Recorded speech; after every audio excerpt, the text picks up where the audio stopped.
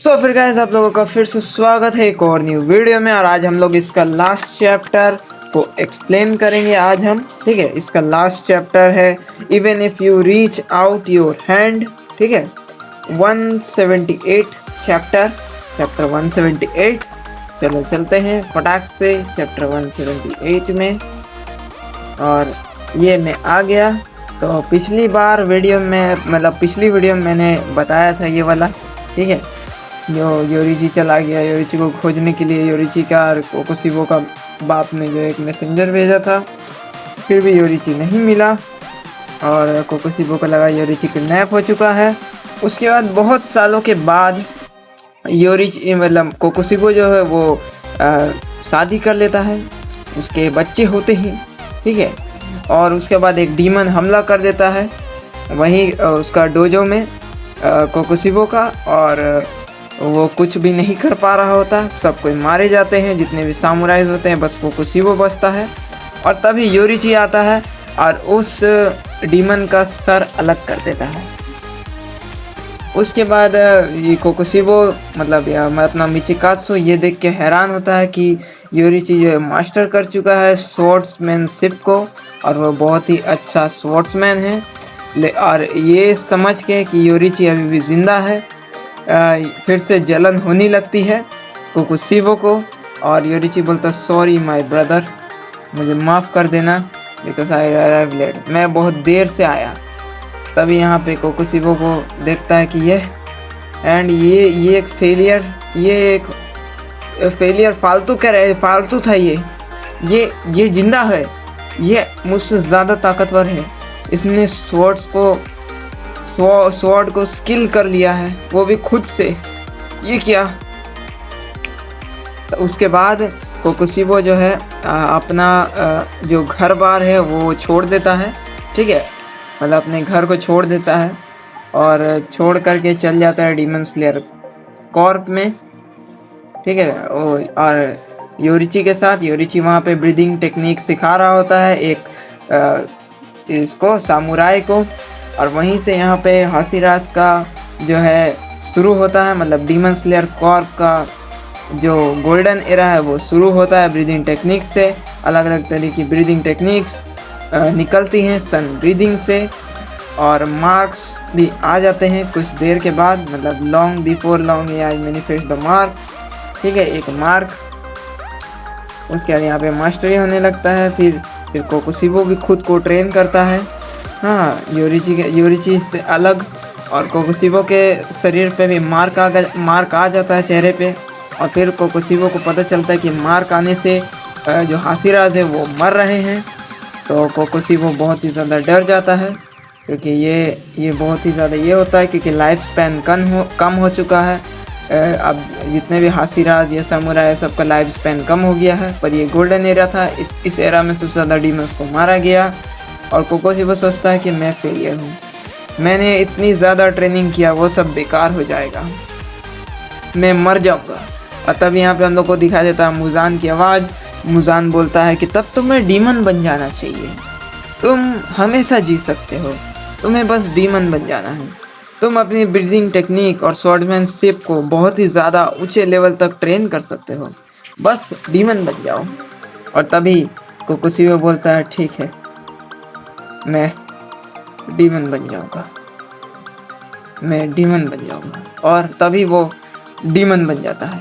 और उसके बाद हम लोग देखते हैं वही जो पिछले चैप्टर्स में हम लोगों ने देखा था कि योरीची और कोकोशिबो के बीच में फाइट हुआ था, जब योरीची 80 साल का हो चुका है तब। ठीक है, उसके बाद हम लोग देखते हैं यहाँ पे फाइटिंग सीन। जो योरीची है वो खड़ा रहता है एक जगह पे, और कोकोशिबो देखता है ये क्या, हाँ, अगर मैं योरीची को डिफीट नहीं कर पाया सिंगल, तो मैं मुजान से ज़्यादा ताकतवर कैसे बनूंगा। No one not even Muzan could defeat you. यहाँ पे तो उसके बाद फिर कोकोशिबो बोलता है कि मुजान तक तुमको हरा नहीं सकता Yoriichi, no single person will able to harm you, कोई भी सिंगल पर्सन तुम्हें हरा नहीं सकता। पर क्यों ऐसा क्यों है? और कोकोशिबो पूरा गुस्से में, और तभी कोकोशिबो एक स्लैश मारता है और योरीची के टुकड़े टुकड़े कर देता है बूढ़े शरीर को। और बोलता है मैं तुमसे नफरत करता हूँ यूरिची। और तभी हम लोग देखते हैं उस फ्लूट को जो उसने हाफ में कट कर दिया है, और जो उसने बचपन में दिया था यूरिची को, वो फ्लूट को देखता है कोकोशिवो, और देखने के बाद उसके आंखों में आंसू आ जाते हैं और वो बोलता है मैं तुमसे नफरत करता हूँ। और तभी यहाँ पे देखते हैं हम लोग कि यूरिची का शरीर कट चुका है, नीचे पड़ा हुआ है, और कोकोशिवो बोलता है just hearing your voice make me angry. तुम्हारी जरी सी आवाज़ सुन के ही मेरे अंदर की आग जल उठी, मुझे बहुत सी ज़्यादा गुस्सा आ गया। Even after hundreds of years, what I will remember the world is your face। इतने 100 सालों के बाद भी मैं तुम्हारा वो चेहरा अभी तक नहीं भूला हूँ यूरिची, तुम्हारा वो चेहरा। I can't remember my father। मैं अपना फादर का चेहरा, अपने माँ का चेहरा मैं भूल चुका हूँ, मैं अपनी बीवी अपने बच्चों का चेहरा तक भूल चुका हूँ, पर तुम्हारा चेहरा नहीं भूला यूरिची। यू आर लाइक ए अनइक्वल्ड सन। तुम एक अनइक्वायर्ड सन के जैसे हो, बिना लिया हुआ सन के जैसा। And all human beings around you have no path others and laying reach out their hand and warring is annul. कहने का यही मतलब है कि तुम्हारे आसपास सारे ह्यूमन बीइंग नो पाथ, कोई भी उनका कुछ भी नहीं होता। तुम अनोइंग थे, तुम बहुत ही ज़्यादा अजीब थे, ऐसे कुछ बोलना चाहता है, ठीक है। उसके बाद हम लोग देखते हैं यहाँ पे कि कोकोशिवो फाइनली डिसइंटीग्रेट कर जाता है और बोलता है अंटिल दे बिकम एसेस। और I couldn't grab hold of anything at all. मैं कुछ भी नहीं कर पाया और कुछ भी नहीं पकड़ पाया, मैं फेलियर था। मैंने अपने घर, अपनी वाइफ, अपने चिल्ड्रन को भी छोड़ दिया। मेरी ह्यूमैनिटी थी ही नहीं मेरे अंदर। I cut down my design and abandoned being a samurai. मैं अपने डिज़ायर को मार चुका हूँ और मैं अबैंडन्ड हो गया एक samurai. But even all that, ये अभी तक ख़त्म नहीं हुआ। और जो कोकोशिवो है वो डिसइंटीग्रेट हो जाता है। और यहाँ पे हम लोग देखते हैं यूरिची को। यूरिची यहाँ पे you said that those who master their paths all reach the same place but I never did. I could not see the same world at you. यहाँ पे कोकोशिवो बोलता है कि यूरिची, तुम कहते थे कि तुम लोग अगर मास्टर कर लोगे अपने पाथ को तो तुम लोग सेम प्लेस पे जा सकते हो जहाँ पे बाकी सब जाते हैं, पर मैं ये कर ही नहीं पाऊंगा, मैं उस वर्ल्ड में जा ही नहीं पाऊंगा। After all, after your death lord Muzan and I made sure to kill the swordsman who kind sun breathing for so why so your breathing technique remaining। तो यहाँ पे जो कोकोशिवो है वो कह रहा होता है कि तुम्हारे डेथ के बाद यूरिची, जो लोग भी सन ब्रीदिंग को सीख रहे थे उन सब को ही मैंने मार डाला और लॉर्ड मुजान ने भी मार डाला, पर फिर भी एक ब्रीदर रह ही गया सन ब्रीदिंग का। Y could I not leave anything behind. क्यों मैं पीछे कुछ नहीं छोड़ पा रहा, क्यों मैं ऐसा बन गया। आई नॉट बिकेम समवन, मैं किसी के जैसा नहीं बन सका। Why I we so different, क्यों हम लोग दोनों डिफरेंट थे, क्यों हम लोग दोनों अलग थे। Why I was born ever, मैं क्यों पैदा हुआ, मुझे बताओ यूरिची। और इसी के साथ पूरी ही तरीके से कोकोशिवो डिसइंटीग्रेट हो चुका और पूरी ही तरीके से वो भाप बन के उड़ गया।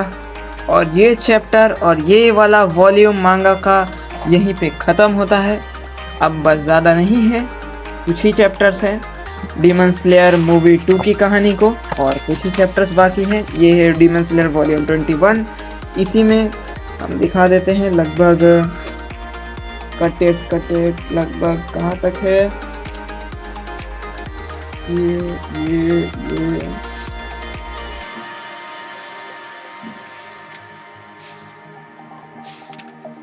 हाँ ये रहा।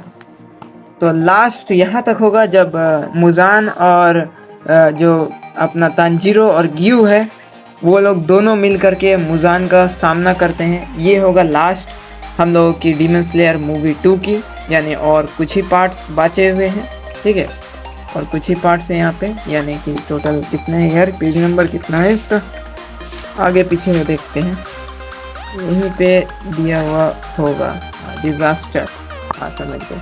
तो लगभग है ये 179 feeling for Elder brother, feeling for younger brother, और 180 रिकवरी, और 181 डिजास्टर का हाफ, आधा।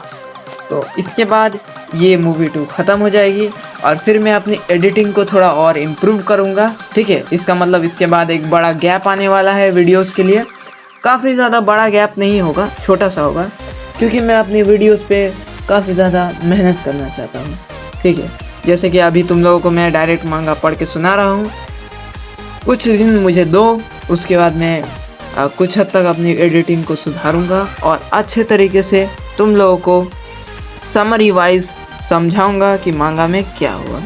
थैंक्स फॉर वॉचिंग, चैनल पे बने रहना और भी मैं वीडियोस लेके आता रहूँगा, तो यहाँ पे मुझे सपोर्ट कर देना। Bye bye.